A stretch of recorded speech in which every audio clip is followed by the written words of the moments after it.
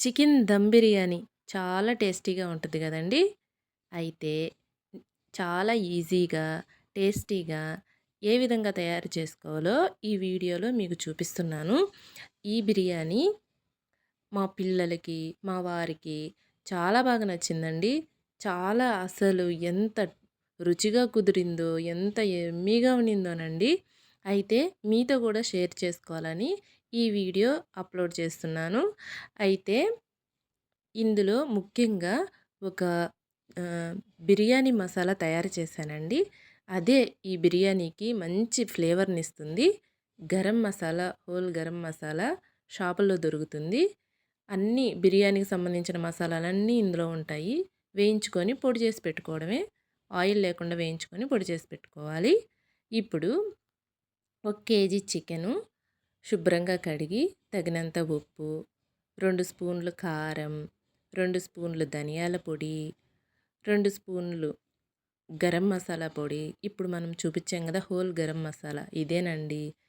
ఈ గరం మసాలా పొడి 2 స్పూన్లు వేసి, అల్లం వెల్లుల్లి పేస్ట్ 2 స్పూన్లు, పెరుగు 3 లేకపోతే 4 స్పూన్లు. నేనైతే ఒక 4 స్పూన్లు వేశాను. అన్నీ ఒకే స్పూన్‌తో కొలత తీసుకోండి సరిపోద్ది. ఈ విధంగా చేత్తో ఈ మసాలాలన్నీ చికెన్‌కి పట్టే విధంగా కలుపుకోవాలి.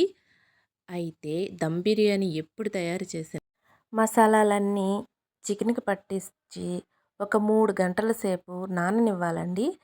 ఈ విధంగా నానకుండానే తయారు చేసుకున్నామనుకో అది గట్టిగా ఉంటుందండి చికెను. సన్నగా కట్ చేసుకున్న 4 ఉల్లిపాయలు డీప్ ఫ్రై చేసుకోవాలండి. అప్పుడప్పుడు కలుపుకుంటూ నల్లబడిపోకుండా బంగారం కలర్లోకి వచ్చేంత వరకు మీడియం ఫ్లేమ్లో వేయించుకోవాలి. ఇప్పుడు రంధ్రాలున్న గరిటెతో ఈ ఉల్లిపాయలన్నీ తీద్దాం ఆయిల్ లేకుండా చూసుకొని. ఈ విధంగా ఆయిల్ లేకుండా చూసి ఒక ప్లేట్లోకి తీసుకుందాం. టిష్యూ పేపర్లు ఉంటాయి కదండి, ఆ పేపర్లు వేస్తే ఎక్స్ట్రా ఆయిల్ అంతా పీల్చేసుకుంటుందన్నమాట. ఎందుకు ఆయిల్ ఉండకూడదంటే ఇవి అంటే మనం నలిపితే మెత్తటి పొడిలాగా వచ్చేయాలి. అదే ఆయిల్ ఉండిందనుకోండి మెత్తపడిపోతాయి. అందుకని ఒక టిష్యూ పేపర్లో తీసుకొని ఎక్స్ట్రా ఆయిల్ అంతా తీసేసి ఈ విధంగా ఒక గిన్నెలోకి తీసి పెట్టుకుందాం. చూడండి ఆయిల్ అంతా తీసేసింది, క్రిస్పీగా తయారయ్యాయి అన్నమాట. ఇప్పుడు 4 గంటల తర్వాత తయారు చేస్తున్నాను. రైస్ ఉడికించుకోవాలి ఫస్ట్. ఒక స్పూన్ ఆయిలు, బిర్యానీ మసాలా ఉంటుంది కదండి, దాల్చిన చెక్క, లవంగ, యాలకులు, మరాఠీ మొగ్గ, అలాంటివన్నీ, స్టార్ ఫ్లవరు, పచ్చిమిర్చి, బిర్యానీ ఆకు, కొత్తిమీర ఒక గుప్పెడు, పుదీనా ఒక గుప్పెడు, అల్లం వెల్లుల్లి పేస్టు ఒక స్పూన్ వేసి వేయించుకోవాలి.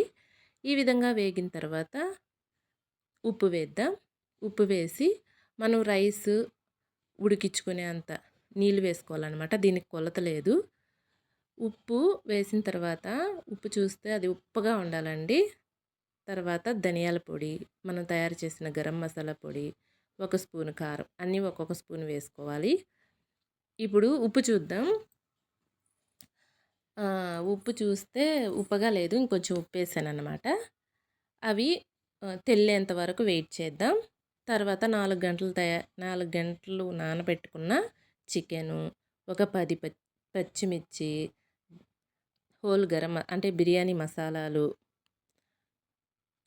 కొత్తిమీర ఒక గుప్పెడు, పుదీనా ఒక గుప్పెడు,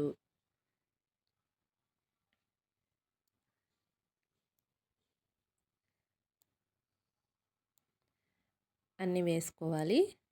అయితే మనం దేంట్లో దమ్ చేస్తున్నామో ఆ గిన్నె పెట్టుకుందాం. ఆ గిన్నెలో వేసేద్దాం ఇదంతా. ఈ విధంగా వేసుకున్న తర్వాత మనం ముందే వేయించి పెట్టుకున్న ఉల్లిపాయలు చేత్తో నలిపితే మెత్తగా అయిపోతాయి. ఒక టీ గ్లాస్ నిండా ఆయిల్, మనం ఉల్లిపాయలు వేయించుకున్నాం కదా, అదే ఆయిల్ ఒక టీ గ్లాస్ నిండా వేసేద్దాం. ఇవన్నీ చికెన్కి పట్టేలాగా ఇంకోసారి కలుపుకుందాం అన్నమాట. ఇప్పుడు ఉప్పు చూద్దాం. ఉప్పు సరిపోలేదు, ఇంకొంచెం ఉప్పు యాడ్ చేస్తున్నాను. దమ్ బిర్యానీలో ఉప్పు చాలా ఇంపార్టెంట్ అండి. మరీ ఉప్పగా ఉండొద్దు, మరీ చప్పగా ఉండొద్దు. ఈ మసాలా కడుపుతుంటేనే బిర్యానీ స్మెల్ వచ్చేస్తుందండి. అంతలోపల నీళ్ళు కూడా ఉడికేసాయి. 20 నిమిషాలు నానబెట్టుకున్న బాస్మతి రైస్ వేసేద్దాం. ఇది ఇండియా గేట్ బాస్మతి రైస్ అండి. 1 కేజీ చికెన్కి 3/4 కేజీ రైస్. 1 కేజీ చికెన్కి 3/4 కేజీ రైస్ అయితే పర్ఫెక్ట్గా సరిపోతుందన్నమాట. ఈ విధంగా 50% ఉడికిన తర్వాత ఒక రంధ్రాలున్న గరిటెతో ఈ చికెన్ మీద వేసేద్దాం రైస్ అంతా. ఈ చికెన్లో వేసేద్దాం.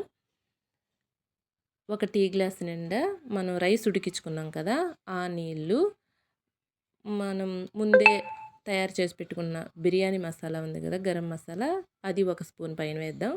పుదీనా, కొత్తిమీర, ఇది నెయ్యి కూడా నేను ఇంట్లోనే తయారు చేసుకుంటానండి. మన వీడియోలో ఉంది ఏ విధంగా నెయ్యి తయారు చేయాలో చూడండి. ఇప్పుడు 20 నిమిషాల పాటు మూత పెట్టి హై ఫ్లేమ్లో ఉడికించుకోవాలి. 20 నిమిషాలు సిమ్లో ఉడికించుకోవాలి.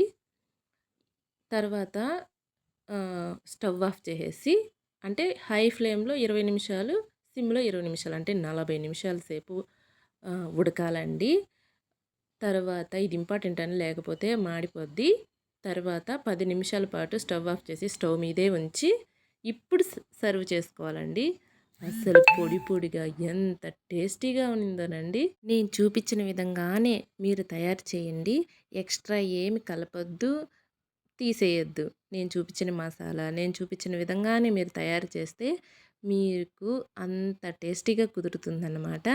ఈ వీడియో మీకు నచ్చినట్లయితే ప్లీజ్ లైక్, షేర్, సబ్స్క్రైబ్ చేసుకోండి మరిన్ని వీడియోస్ కోసం. Thank you for watching.